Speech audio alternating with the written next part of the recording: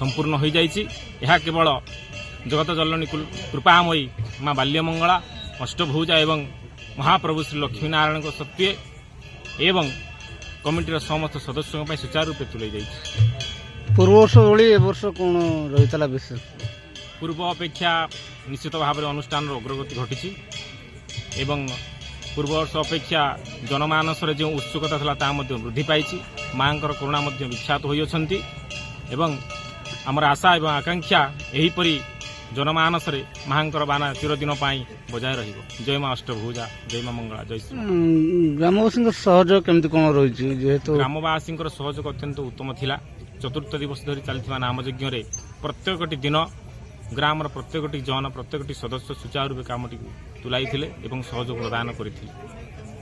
कौन कहे ग्रामवासी के जेहेतु वर्ष वर्ष एभली एत बड़ा आयोजन ग्रामवासी कौन कहे?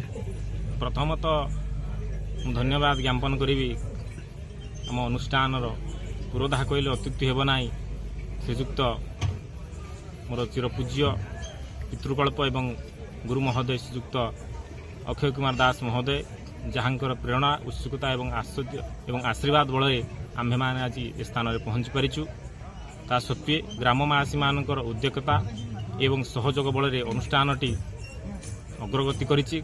मो तरफ अशेष अशेष धन्यवाद ज्ञापन करने सहित मुझे माँ अष्टभुजा एवं बाल्यमंगला एवं लक्ष्मीनारायण निकट आत्मनिवेदन करी ए ग्राम को से सदा सर्वदा आशीर्वाद एवं मंगल दृष्टि चाहिए था।